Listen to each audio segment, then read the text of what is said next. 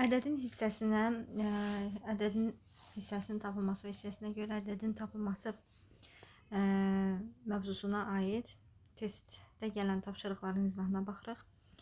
Birinci məsələdə deyir ki, məktəbdə 2 gün ərzində keçirilən iməclikdə şagirdlərin 5/4 hissəsi iştirak eləmişdir. İkinci gün iştirak edən şagirdlərin sayı birinci günə nisbətən 2 dəfə çox olmuşdur. Məktəbdə 480 şagirdin təhsil aldığı məlum olarsa, birinci gün iməclikdə neçə şagird iştirak eləmişdir. Deməli, şagirdlərin ümumi sayı bizə verilib. Və bildirilir ki, məktəbdə 480 şagird təhsil alır. Və deyir, birinci gün və ikinci gün, yəni 2 gün ərzində keçirilən iməclikdə şagirdlərin 5/4 hissəsi iştirak edib. Onda deməli belə çıxır ki, 2 gün ərzində şagirdlərin 5/4 hissəsi iştirak edibsə və bizdə də şagirdlərin sayı 480-dirsə, tapaq görək, cəmi neçə şagird iştirak edib iməclikdə? 480-in 5/4-ünü tapaq. Bu da edir 384 şagird. Yəni 2 gün ərzində iməclikdə 384 şagird cəmi iştirak edib. Bunu da bura yazırıq. Və deyir, ikinci gün iştirak edən şagirdlərin sayı birinci günə nisbətən 2 dəfə çox olub. Onda birinci gün x şagird iştirak edibsə, ikinci gün bundan 2 dəfə çox, yəni 2x qədər şagird iştirak edib və 2 gündə də cəmi başa düşdük ki, 384 şagird iştirak edib. Tənli ilə həll edirik tam hissə modeli ilə. X deyil ki, x bərabər 384, 3x bərabər 384. Buradan x-in 128 olduğunu tapırıq. Və bizə də sual verir, birinci gün iməclikdə neçə şagird iştirak edib. X birinci günü göstərdiyi üçün deməli 128 şagird iştirak edib. C variantı.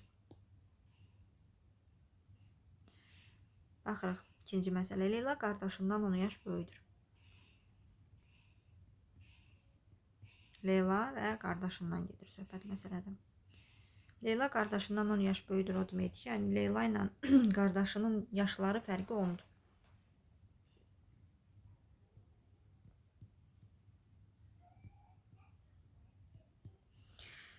Deyir, qardaşının yaşı Leylanın yaşının 11'də 6 hissəsidir.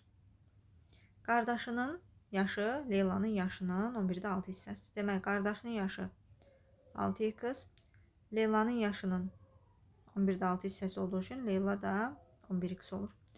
Yəni, kəsrin surətində, məxrəcində nələr yazılır? Biz demişik ki, məxrəcdə bütün hissələrin sayı yazılır. Surətdə isə neçə hissənin götürüldüyü, satıldığı, yeyildiyi, içildiyi və s. Eyni zamanda ikinci qeyd olaraq da bunu demişik ki, kəsrin surətində birinci adı çəkilən, məxrəcində isə ikinci adı çəkilən yazılır. Bizim məsələdə də deyir ki, qardaşın yaşı Leylanın yaşının 11'də 6 hissəsidir. Qardaşın yəni adı birinci çəkilib. O zaman surətdə yazılan 6 qardaşın yaşını göstərir. Yəni x-larla həll etsək 6x yazırıq. Leylanın yaşının 11'də 6 hissəsidir. Leylanın da adı ikinci çəkildiyi üçün məxrəcdə verilən ədəd də 11 ədədi də Leylanın yaşını göstərir. İndi bunların yaşı 10 olduğu üçün 11x çıxılsın 6x bərabər 10'a bərabər götürürük. 5x bərabər 10, x də bərabər 2. X 2'dir, gedirik Leylanın yaşını soruşduğu üçün burada yerinə qoyuruq. 11'i vururuq 2'yə. Bu da edir 22.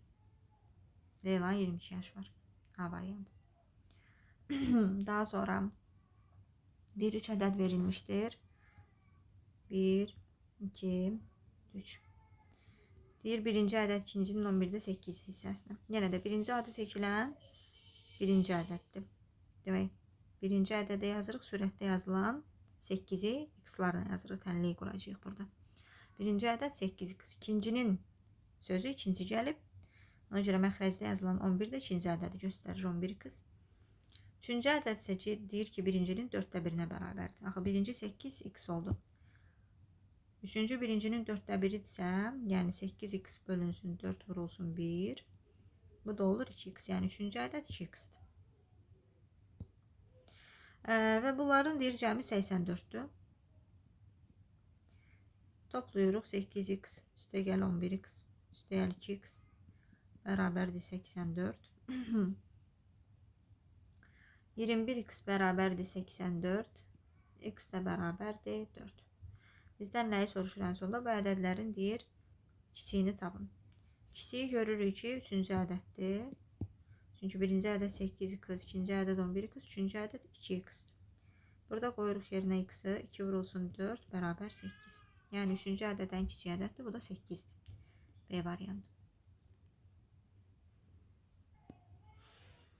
4-cü məsələdə deyir, traktorçu bütün sahənin 14 hissəsini şumladı.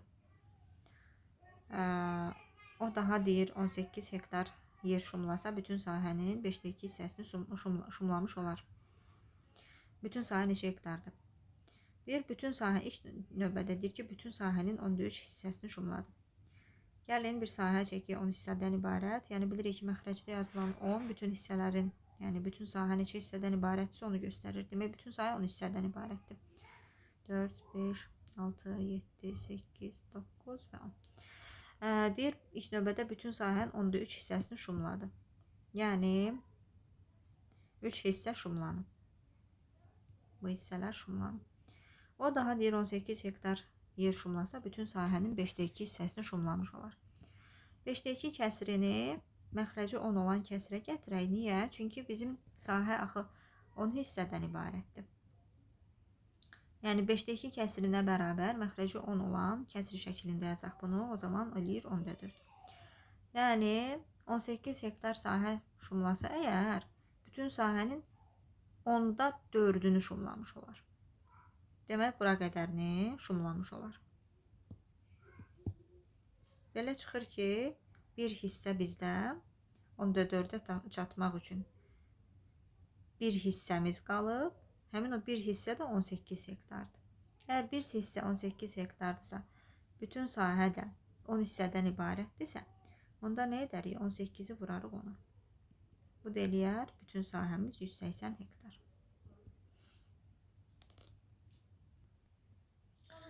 5-ci məsələdə deyir ki, Tural 720 test tapşırığı həll eləməli idi. Birinci gün tapşırığının 3'də 1 hissəsini, ikinci gün qalan tapşırığının 10'da 9 hissəsini, üçüncü gün ilk 2 gündən sonra qalan tapşırığının 12'də 5 həll elədi deyir. Turalın neçə həll olunmamış test tapşırığı qaldı. Deməli,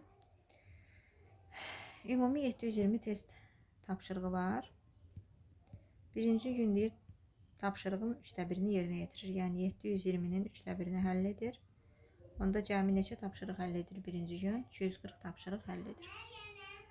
İkinci gün deyir, qalan tapşırığının 10'da 9 hissəsini. Əvvəlcə baxaq görək neçə dənə tapşırıq qalıb. 720 tapşırıq idi. 240'ını birinci gün yerinə yetirdi. Qaldı 480 tapşırıq. Və ikinci gündə bu qalanın, yəni 480'in 10'da 9'unu yerinə yetirir. Bölürük 10'a, vururuq 9'a. Bu da eləyir, deməli 432. Və deyir ki, üçüncü gün iş 2 gündən sonra qalan tapşırığının 12'də 5 hissəsini həll elədi.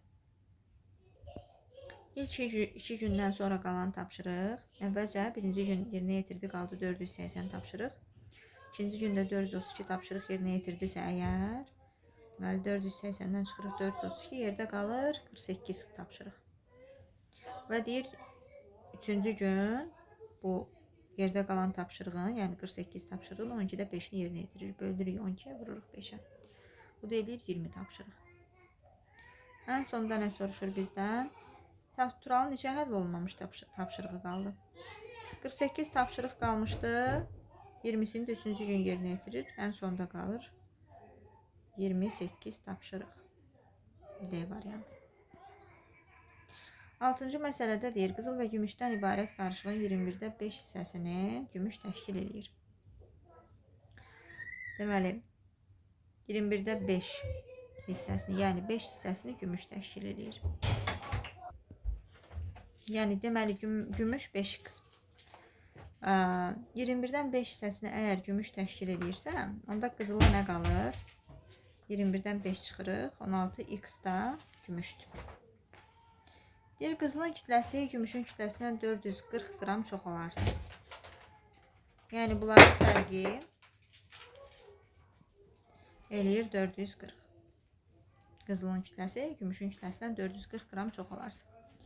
Buradan da tənliyi həll edirik. 11x bərabər 440, x də bərabərdir 40, deməli 40-a. Ən sonunda deyir qarışıq neçə qramdır? Qızıl və gümüş bir yerdə 21x idi. Burada x-i qoyuruq yerinə 21-i 40-a vururuq. Bu da eləyir 840 qram. C variantı. 7-cidə deyir ki, kitabın qiyməti ilkin qiymətinin 8-də 3 hissəsi qədər ucuzlaşdırılaraq 35 manat oldu. Kitabın ilkin satış qiyməti neçə manat idi? Kitabın ilkin qiyməti 8x qəbul olunacaq. 3 hissəsi qədər deyir ucuzlaşdırıldı. Çıxırıq 3x. Ucuzlaşmaq nə deməkdir? Qiymətin azalması deməkdir. Və olur 35 manat. Buradan tənliyi həll edirik. X-in 7 olduğunu tapırıq. Kitabın ilkin satış qiyməti neçə manat idi? Kitabın ilkin satış qiyməti 8x idi. 8-i də vururuq 7-yə 56 manat edir. Və yaxud da bu məsələni bu cürdə həll eləmək olar. İkinci yol. Kitabın ilkin qiymətini 8-də 8 qəbul edirik. Və deyir 8-də 3 hissəsi qədər ucuzlaşdı. Ucuzlaşdısa demək azaldı qiymət. Çıxırıq 8-də 3-ü, qalır 8-də 5. Və ucuzlaşandan sonra deyir ki 35 manat oldu. Yəni 8-də 5 hissəsi 35 manatdır.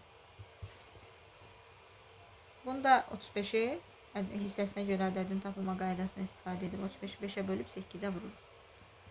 Bu da eləyir 56. Bu da ikinci yol.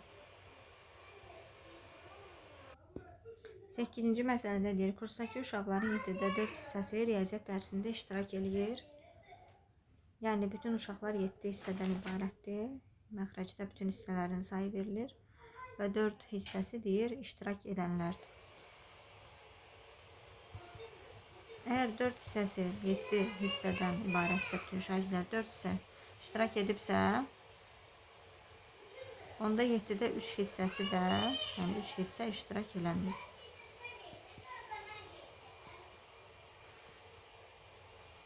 Və bildirir ki, riyaziyyatdan kursda iştirak eləməyən 420 uşaq var. Yəni 7-də 3 hissə iştirak eləməmişdir. Bu da 420-yə bərabərdir.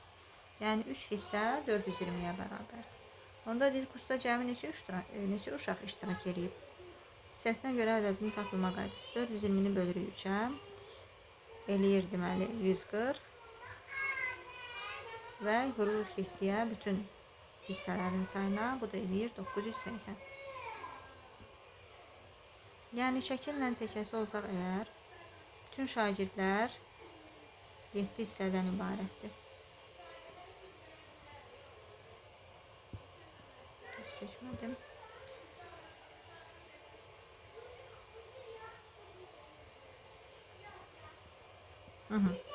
Bunun bildirdi ki, bizə 3 hissəsi iştirak edənlərdir.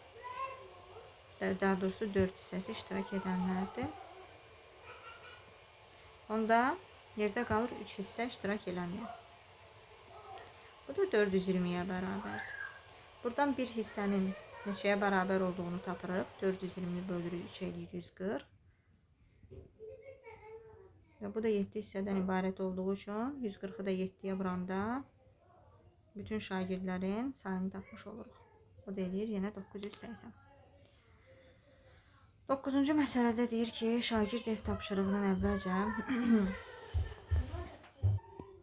bildirir ki, şagird ev tapşırığının əvvəlcə 11-də 3 hissəsini, sonra 11-də 2 hissəsini həll edir. Demək, şagird cəmi neçə hissə tapşırıq həll edib? 11 hissədən ibarət tapşırığın 11-də 5 hissəsini yerinə yetirib. Və deyir, şagird cəmi 50 çalışma həll edib. Yəni 11-də 5-i 50-yə bərabərdir. Bütün tapşırıqların 11-də 5-i, yəni 11-də 5 hissə 50-yə bərabərdir. Onda bütün tapşırıqlar, onun neçə həll olunmayan tapşırığı qalıb? Əvvəlcə biz bütün tapşırıqların sayını tapaq. 50-ni bölək 5-ə, vuraq 11-ə. Bu deyir 110 tapşırıq. Və həll edilmişdir 50 tapşırıq. Yerdə qalır nə? 60 tapşırıq. Yenə də hissi olaraq çəksək əgər, baxın 11 hissədən ibarətdir bütün tapşırıqlar. Əvvəlcə deyir 3-ünü yerinə yetirdi. 1, 2, 3 rəyləyirəm 2-ni. Sonra da deyir 2 hissəsini həll elədi. Yəni belə çıxır ki, 11-də 5-ini həll edib. Və deyir cəmi, yəni 50 çalışma həll edib. Onda 5 hissə 50-yə bərabərsə, bir hissəni tapmaq üçün 50-ni bölürük 5-ə, eləyir 10. Düzdür? Yəni bu hissələrin hər birinin içərisi 10-dur. Çünki bu 11 dənə bərabər hissəyə bölünür. Və onda 11 dənə bərabər hissəyə bölünsə, bir hissənin neçəyə bərabər olduğunu tapdığımız üçün 11-i vururuq 10-a. Bütün hissələr tapırıq ki, 110 edir cəmi. Yəni hər birinin içərisi 10-dur. Demək, bütün tapşırıqların sayı 110-dur. Yəni 11-i 10-a vurduq. Və 110 dənə tapşırıq var. 50-sini həll edibsə əgər, bunlar həll edilənlərdir axı. Bu isə həll edilənlərdir. Həll edilməyən qalır 110-dan. Gəlir 50-ni çıxırıq, bu da eləyir 60. Və yaxud da bu hissə özünüz görürsünüz də 6 hissə qalıb. Onu vururuq 6 eləyir 60. Əssalam. 10-cu sualda deyir ki, 9-da 7 hissəsi 140-ın 20-də 13 hissəsinə bərabər olan ədədi tap. 140-ın 20-də 13 hissəsini əvvəlcə tapaq. 140-ı bölək 20-yə vuraq 13-ə. Bu da eləyir, deməli 91. İndi də yəni yenidən cümləni oxusaq əgər, tapşırıq oxusaq, 9-da 7 hissəsi 91 olan ədədi tapmalıyıq. Nə edirik? 91-i bölürük 7-yə, vururuq 9-a. Bu da edir 117. Y variantı. Əssalam.